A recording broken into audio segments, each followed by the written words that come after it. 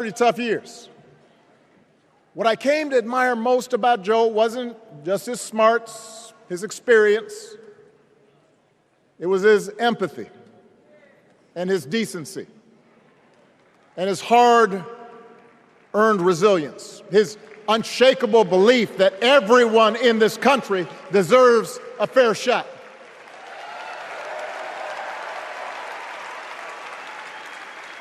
And over the last 4 years, those are the values America has needed most.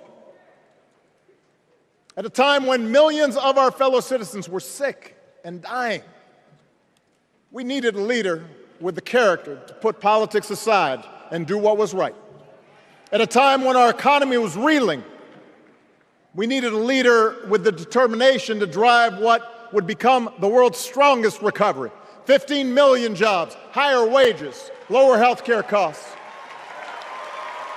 At a time when the other party had turned into a cult of personality, we needed a leader who was steady and brought people together and was selfless enough to do the rarest thing there is in politics, putting his own ambition aside for the sake of the country.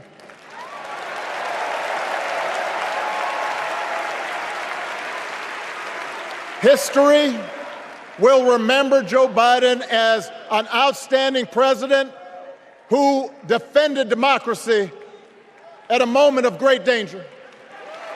And I am proud to call him my president, but I am even prouder to call him my friend.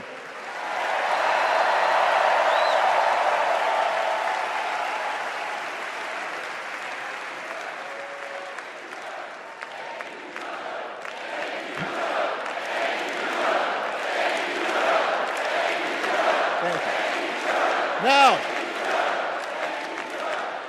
the torch has been passed.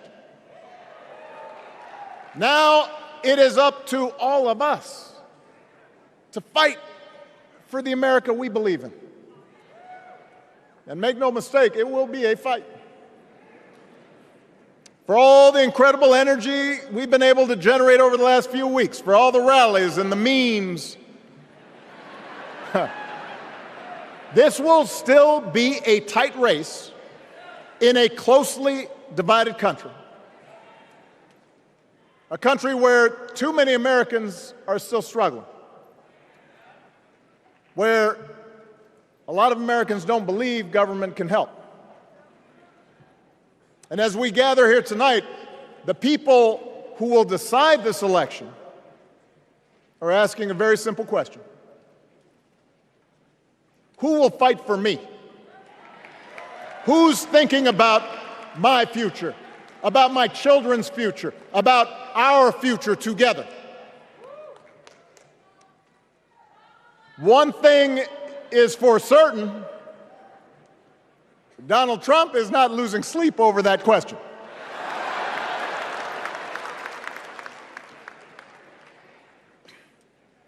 Here's a 78-year-old billionaire who has not stopped whining about his problems since he rode down his golden escalator 9 years ago. It has been a constant stream of gripes and grievances that's actually been getting worse now that he's afraid of losing to Kamala. There's the childish nicknames, the crazy conspiracy theories, this weird obsession with crowd sizes.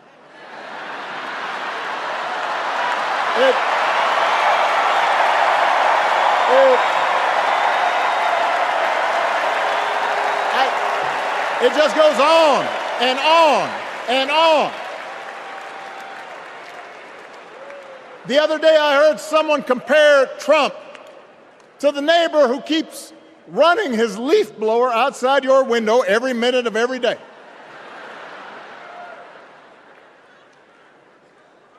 Now, from a neighbor, that's exhausting. From a president, it's just dangerous. The truth is, Donald Trump sees power as nothing more than it means to his ends.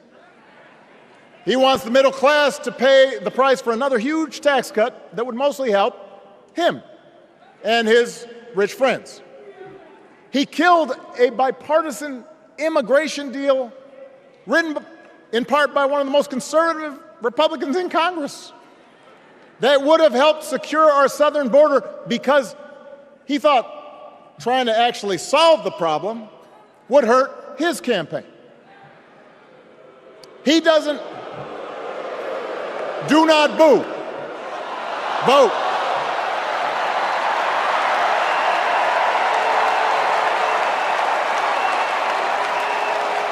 He doesn't seem to care if more women lose their reproductive freedom, since it won't affect his life.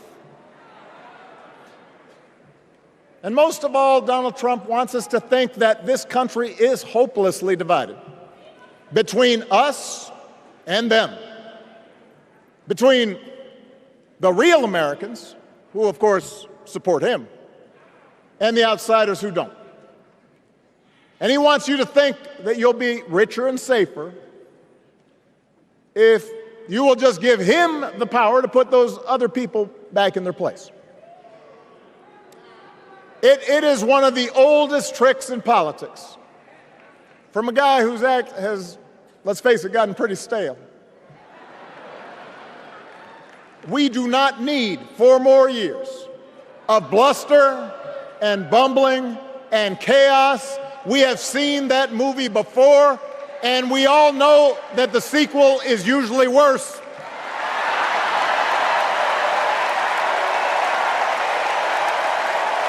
America's ready for a new chapter.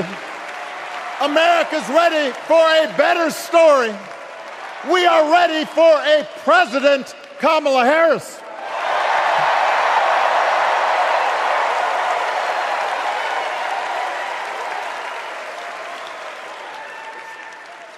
And Kamala Harris is ready for the job.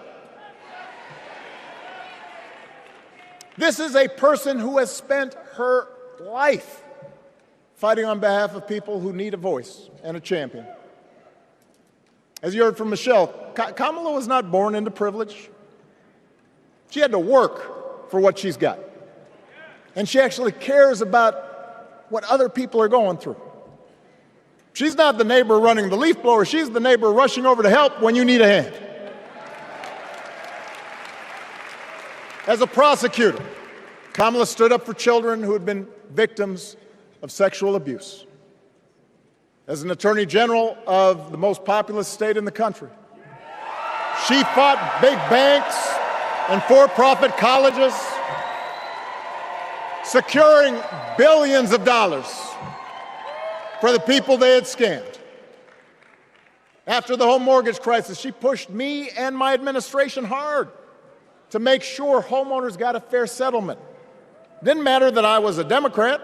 Didn't matter that she had knocked on doors for my campaign in Iowa. She was going to fight to get as much relief as possible for the families who deserved it.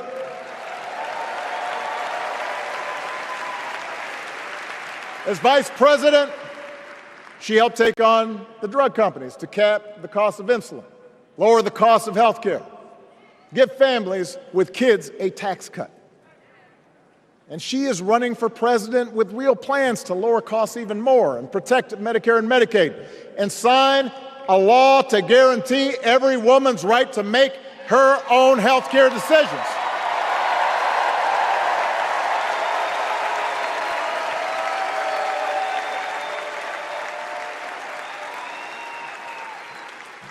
In other words, Kamala Harris won't be focused on her problems. She'll be focused on yours. As president, she won't just cater to her own supporters and punish those who refuse to kiss the ring or bend the knee. She'll work on behalf of every American. That's who Kamala is. And in the White House, she will have an outstanding partner in Governor Tim Walz.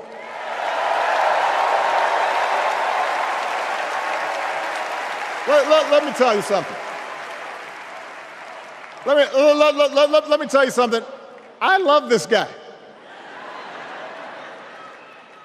Tim is the kind of person who should be in politics. Born in a small town, served his country, taught kids, coached football, took care of his neighbors. He knows who he is, and he knows what's important. You can tell those flannel shirts he wears don't come from some political consultant. They come from his closet, and they have been through some stuff.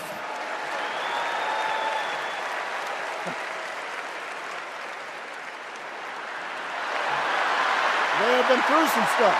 That's right.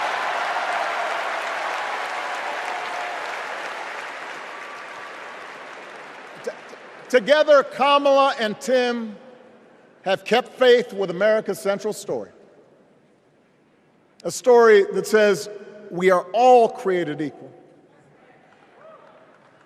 All of us endowed with certain inalienable rights, that everyone deserves a chance, that even when we don't agree with each other, we can find a way to live with each other.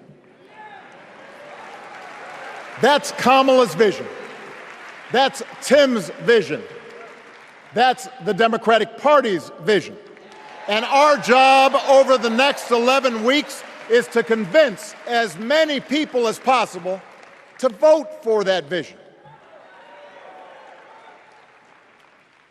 Now, it won't be easy. The other side knows it's easier to play on people's fears and cynicism, always has been. They will tell you that government is inherently corrupt, that sacrifice and generosity are for suckers.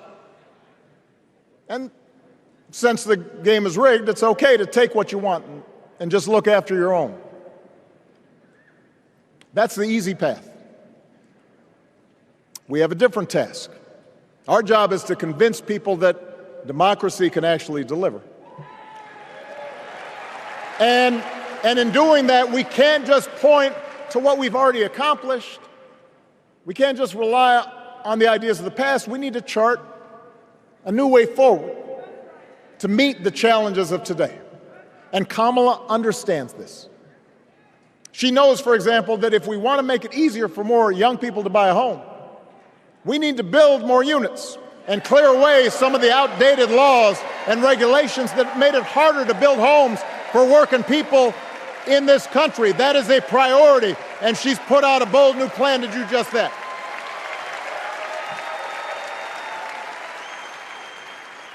On health care, we should all be proud of the enormous progress that we've made through the Affordable Care Act, providing millions of people access to affordable coverage, protecting millions more from unscrupulous insurance practices. I noticed, by the way, that since it's become popular, they don't call it Obamacare no more.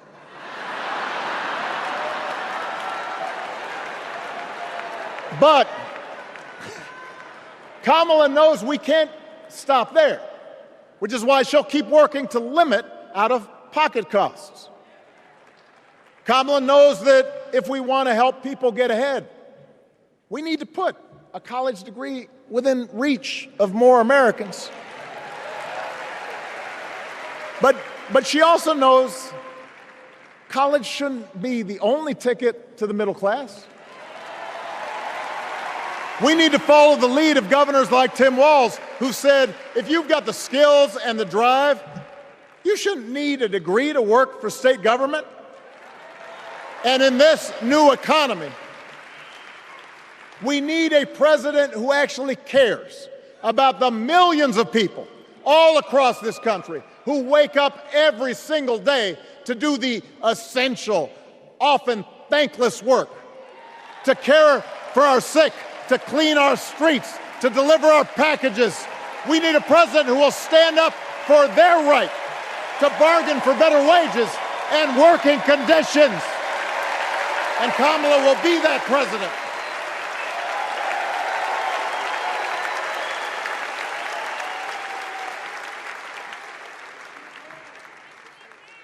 Yes, she can.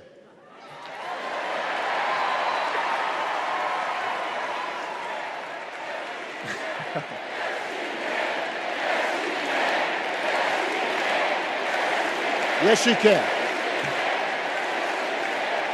A Harris-Walz administration can help us move past some of the tired old debates that keep stifling progress, because at their core, Kamala and Tim understand that when everybody gets a fair shot,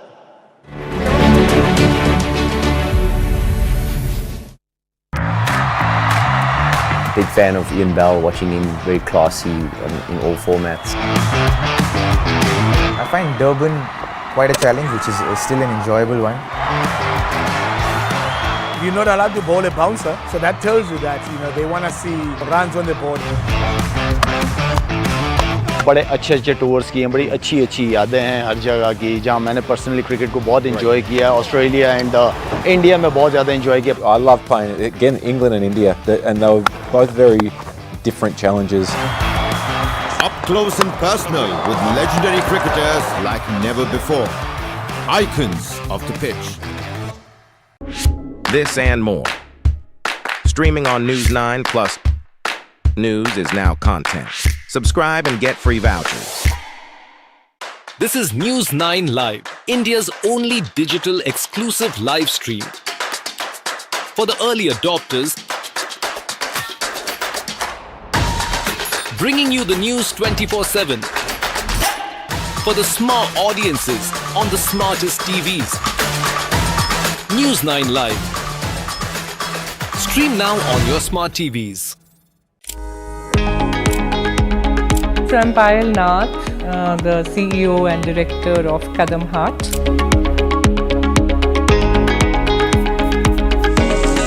We're working with people, we're working with emotions, we're working with hands, we're working with nature. We are very clear, we want to commit to livelihoods, we want to commit to the planet, we want to impact 1 million artisans, which is 1 million families minimum. Be the change that you want to see. This and more. Streaming on News 9 Plus. News is now content. Subscribe and get free vouchers. जानना है तो देखिए, समझना है तो सुनिए, सीखना है तो पूछिए, और कमाना है तो खरीदिए. जानकारी, सलाह और निवेश सब एक ही सुपर ऐप पर. पैसे का सवाल है तो जवाब है मनी 9. आजादी पैसे की. अभी डाउनलोड करें.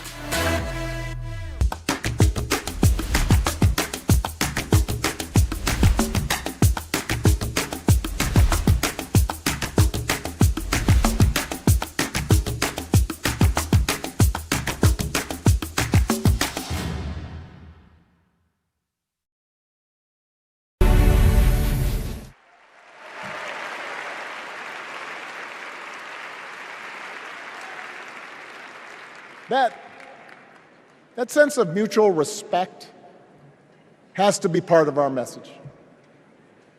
Our politics have become so polarized these days that all of us across the political spectrum seem so quick to assume the worst in others unless they agree with us on every single issue. We start thinking that the only way to win is to scold and shame and out-yell the other side. And after a while, regular folks just tune out, or they don't bother to vote. Now, that approach may work for the politicians who just want attention and thrive on division, but it won't work for us to make progress on the things we care about, the things that really affect people's lives. We need to remember that we've all got our blind spots and contradictions and prejudices, and that if we want to win over those who aren't yet ready to support our candidates, we need to listen to their concerns and maybe learn something in the process. After all, if a parent or grandparent occasionally says something that makes us cringe, we don't automatically assume they're bad people.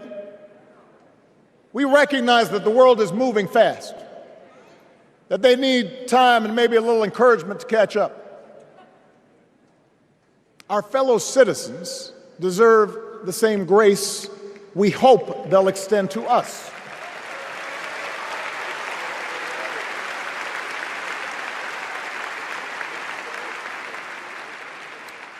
That's how we can build a true democratic majority, one that can get things done.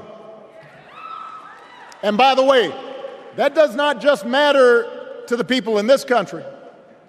The rest of the world is watching to see if we can actually pull this off.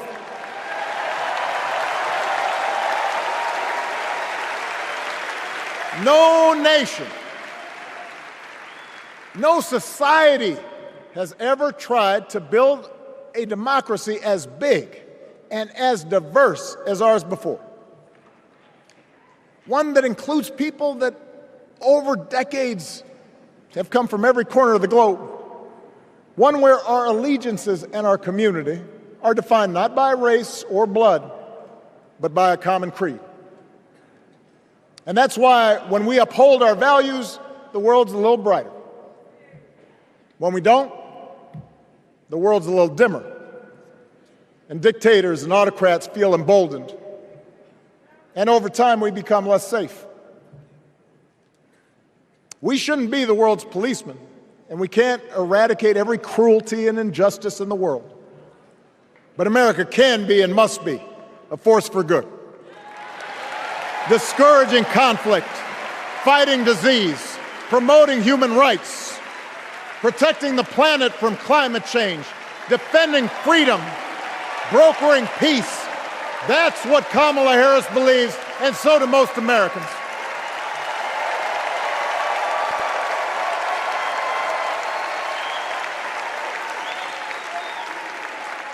Now,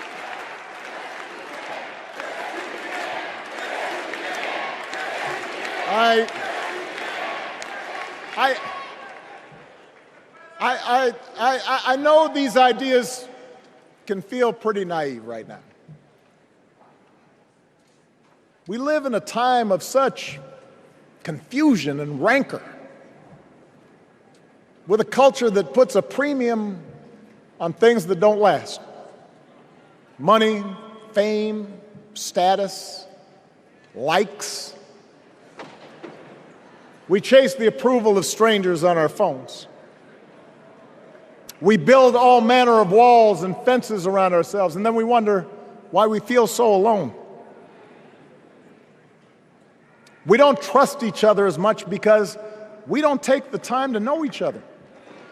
And in that space between us, politicians and algorithms teach us to caricature each other and troll each other and fear each other. But here's the good news, Chicago. All across America, in big cities and small towns, away from all the noise, the ties that bind us together are still there. We still coach Little League and look out for our elderly neighbors. We still feed the hungry in churches and mosques and synagogues and temples. We share the same pride when our Olympic athletes compete for the gold. Because the vast majority of us do not want to live in a country that's bitter and divided. We want something better. We want to be better. And the joy and the excitement that we're seeing around this campaign tells us we're not alone. You know, I've spent a lot of time thinking about these past few months because, as Michelle mentioned, this summer we lost her mom, Ms. Marion Robinson.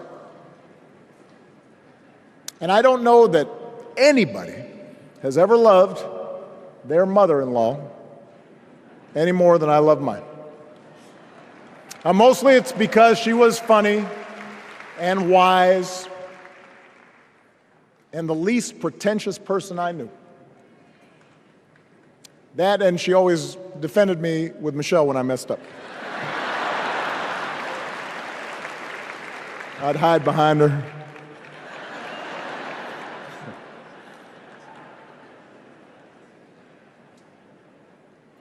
But I also think one of the reasons Mary and I became so close was she reminded me of my grandmother, the woman who helped raise me as a child. And on the surface, the two of them did not have a lot in common. One was a black woman from right here, south side of Chicago, right down the way. Went to Englewood High School. The other was a little old white lady born in a tiny town called Peru, Kansas. Now, I know there aren't that many people from Peru. And yet they shared a basic outlook on life.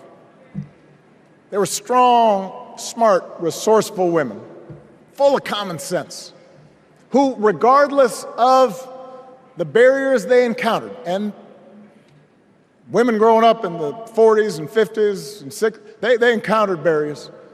They still went about their business without fuss or complaint and provided an unshakable foundation of love for their children and their grandchildren. In that sense, they both represented an entire generation of working people who, through war and depression, discrimination and limited opportunity, helped build this country. A lot of them toiled every day at jobs that were often too small for them and didn't pay a lot. They willingly went without just to keep a roof over their families' heads, just to give their children something better. But they knew what was true. They knew what mattered. Things like honesty and integrity, kindness and hard work. They weren't impressed with braggarts or bullies. They didn't think putting other people down lifted you up or made you strong. They didn't spend a lot of time obsessing about what they didn't have. Instead, they appreciated what they did. They found pleasure in simple things. A card game with friends, a good meal, and laughter around the kitchen table.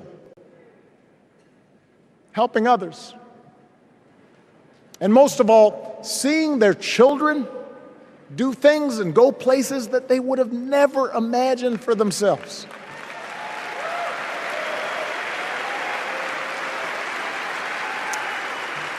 Whether you are a Democrat or a Republican or somewhere in between, we have all had people like that in our lives. People like Kamala's parents, who crossed oceans because they believed in the promise of America. People like Tim's parents, who taught him about the importance of service. Good, hard-working people who weren't famous or powerful, but who managed in countless ways to leave this country just a little bit better than they found it. As much as any policy or program, I believe that's what we yearn for. A return to an America where we work together and look out for each other. A restoration of what Lincoln called, on the eve of Civil War, our bonds of affection. An America that taps what he called the better angels of our nature. That is what this election is about. And I believe that's why if we each do our part over the next 77 days, if we knock on doors, if we make phone calls, if we talk to our friends, if we listen to our neighbors, if we work like we've never worked before, if we hold firm to our convictions, we will elect Kamala Harris as the next President of the United States and Tim Walz as the next Vice President of the United States. We will elect leaders up and down the ballot who will fight for the hopeful, forward-looking America we all believe in. And together, we too will build a country that is more secure and more just, more equal, and more free. So let's get to work. God bless you. And God bless the United States of America.